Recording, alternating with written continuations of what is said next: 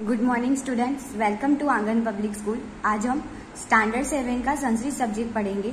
Standard 7 के Sanskrit subject में आज हम जो रिवीजन है वो समझेंगे, क्योंकि हमारा जो सिलेबस है ऑलमोस्ट कंप्लीट हो गया है, सिर्फ एक चैप्टर समझना बाकी है।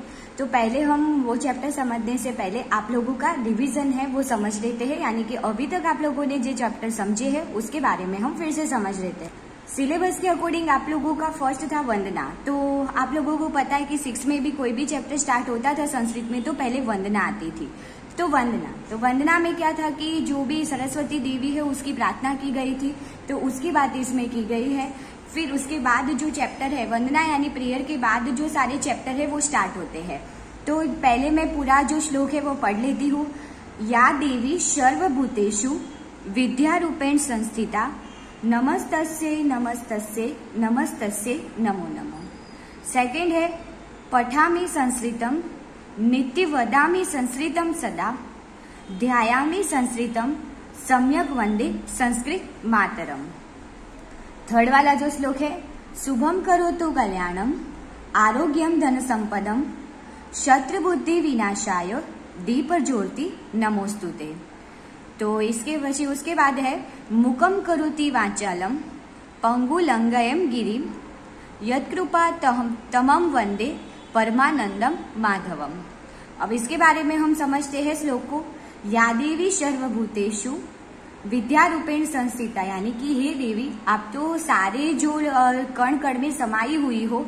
विद्या रूपेण संस्थिता यानी कि आप क्या हो, विद्या की देवी हो, आप में विद्या समाई हुई है। नमस्तस्यै नमस्तस्यै नमस्तस्यै नमो नमः, यानी कि ऐसी विद्या की देवी को हम क्या करते हैं, प्रणाम करते हैं। यानी कि विद्या की देवी कौन है, सरस्वती देवी। पठामि संस्कृतम यानी कि मैं रोज संस्कृत पढ़ता हूँ। नित्यम वदामि संस्कृतम यानी नित्य यानी मैं हर रोज संस्कृत है वो क्या करता हूँ, बोलता हूँ। वदामि यानी बोलता हूँ। संस्कृतम सदा यानी कि हर रोज मैं संस्कृत बोलता हूँ। ध्यायामि संस्कृतम यानी कि मैं संस्कृत में सोचता हूँ। सम्यक वंदे संस्कृत मातरम यानी कि मेरी जो हर एक्टिविटी है वो संस्कृत के अकॉर्डिंग और संस्कृत के अराउंड ही है। शुभम करोतु कल्याणम आरोग्यधम संपदम यानी कि जो शुभम करोतु यानी कि बच्चे हैं या लोग हैं, हम क्या प्रार्थना करते हैं, शुभम करोतु कल्याणम यानी कि सबका शुभ करो और कल्याण करो, यानी कि सबके साथ अच्छा ही होना चाहिए। आरोग्यम धन संपदम यानी कि सब हेल्दी होने चाहिए, कोई बीमार पड़ना चाहिए नहीं, और सबके पास या कोई गरीब या भूखा न सोए, इतने पैसे तो सबके पास होने चाहिए। शत्रु बुद्धि विनाशाय यानी कि हमारे मन में से शत्रु यानी कि जो बुरे विचार है वो क्या हो जाए, नष्ट हो जाए, यानी चले जाए। दीपर ज्योति नमोस्तुते, तो इस तरह हम ये दीप जलाकर आपसे प्रार्थना करते हैं। मुकम करोति वांचालम पंगुलंगये गिरिम यत्कृपा तहम वंदे मातरम वंदे परमानंदम माधव। यानी कि इसमें माधव यानी कि कृष्ण की बात की गई है, तो उसमें कृष्ण को खास करके क्या कहा गया है कि आप तो क्या है कि जो बोल नहीं सकता उसे भी बुला सकते हो, और जो चल नहीं सकता उसे क्या कर सकते हो कि पहाड़ भी चढ़ाने की आपकी क्षमता है। यानी कि ऐसे जो श्री कृष्ण भगवान है कि जो असंभव को भी संभव कर सकते हैं, ऐसे कृष्ण भगवान को हम क्या करते हैं, नमस्कार करते हैं और इसकी प्रार्थना करते हैं। आगे देखते हैं। वंदना के बाद आप लोगों का जो चैप्टर आता है वो है चित्रपदानी वन। तो चित्रपदानी वन में जो मैं पहले सारे जो आप लोगों के चित्र है और उसके नीचे संस्कृत है वो पढ़ लेती हूँ, उसके बाद हम समझते हैं। आसंदः श्रुतः पत्रभारः समीकरः भ्रमणभाष्यः पर्वतः पर्यंकः कठः करदीपः दंडदीपः पादपः चषकः कंदुकः। अब इसके मीनिंग को समझते हैं। आसंदः यानी चेयर, श्रुतः यानी बैग, पत्रभारः यानी पेपर वेट, समीकरः यानी आयन इस्त्री, भ्रमणभाष्यः यानी कि मोबाइल फोन, पर्वतः यानी कि पर्वत। भ्रमण भाष्य यानी भ्रमण किस तरह हम ऐसे घूमते फिरते भी फोन में बात कर सकते हैं। भाष्य यानी बात करना बोल सकते हैं घूमते फिरते भी। पर्वतः यानी माउंटेन यानी पर्वत, पर्यंकः यानी कि बेड, कटः यानी मैट, दंड दीप आप लोगों को दिख रहा है तो आएगा ट्यूबलाइट या लाइट, पादपः यानी पेड़ या ट्री, चषकः यानी ग्लास और कंदुकः यानी कि बॉल। आगे देखते हैं। चित्रपदानी 2 नौका रंध्रिका, मापिका, पत्रपेटिका, वृक्षशायिका, अग्निपेटिका, सूचिका, जपमाला, तुला, समार्जनी, योजिनी और निश्रेणी। तो उसके बारे में समझते हैं। तो नौका यानी कि जो नाव बोट होती है वो, रंध्रिका यानी कि पंचिंग मशीन, मापिका यानी स्केल, पत्रपेटिका यानी कि पोस्ट बॉक्स, वृक्षशायिका यानी कि स्क्विरल, अग्निपेटिका यानी मैच बॉक्स, सूचिका यानी कि नीडल सुई, जपमाला यानी कि जो जप करने की माला होती है, इसे गार्लैंड भी बोल सकते हैं, तुला यानी कि बैलेंस, समार्जनी यानी कि झाड़ू यानी ब्रूमस्टिक, योजिनी यानी स्टेपलर और निश्रेणी यानी लेडर या सीढ़ी। थर्ड वाला समझते हैं चित्रपदानी।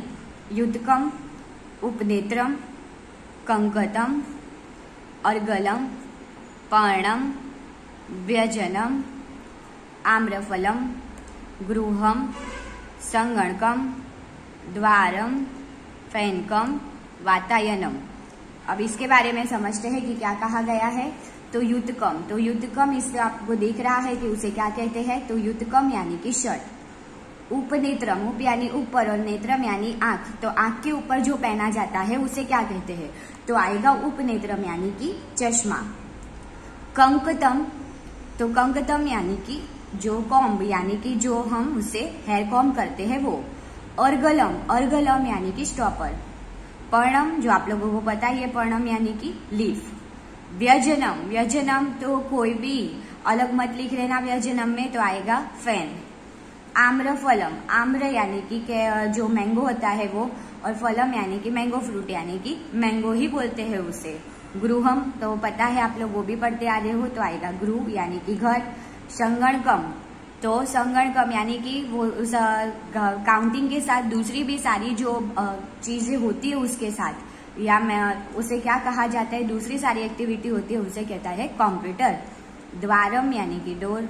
फैनकम, तो फैनकम में फुल से भी पंखा मत लिख देना, फैनकम यानी कि साबुन है, सोप बोला जाता है उसे। और वातायनम, तो वातायनम यानी कि विंडो।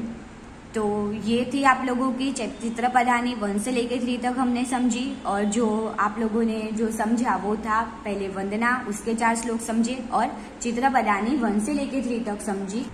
दूसरा जो ये चैप्टर है वो समझते हैं, यानी कि दूसरी जो पोयम है वो मेघो वर्षति। तो मेघो वर्षति के बारे में समझते हैं। तो पहले मैं पूरी पोयम है वो पढ़ लेती हूँ। मेघो वर्षति, प्रवहति नीरम, तुष्यति कृषिकः, गच्छति गोष्ठम, नयति च वृषभम, हलमपि वहति, कर्षति क्षेत्रम, वपति च बीजम, रोहति सस्यम, फलति प्रकामम, भवति समृद्धि मनुकुल वृद्धि।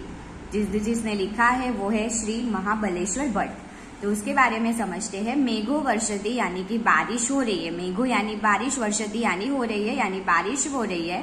प्रवति नीरम, जब बारिश होती है तब क्या होता है, प्रवति नीरम यानी कि जो पानी है वो जमीन पर बहने लगता है। तुष्यति कृषिकः, यानी तुष्यति यानी कि तुष्यति यानी कि खुश होना।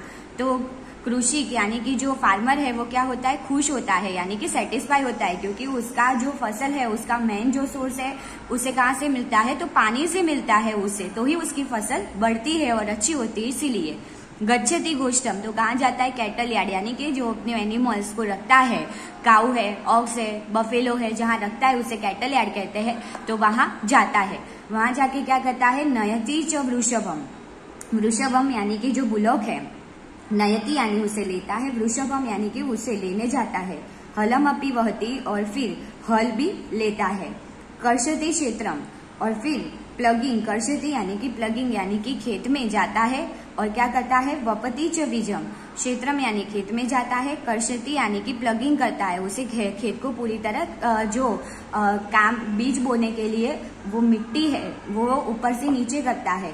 वपति च बीजम, वपति यानी बोना, क्या बोता है, तो बीज बोता है।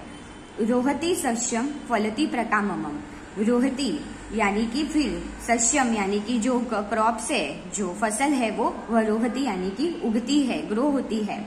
फलति प्रकामम यानी कि अलग अलग तरह के फल और वो अच्छी तरह से फसल पैदा होती है।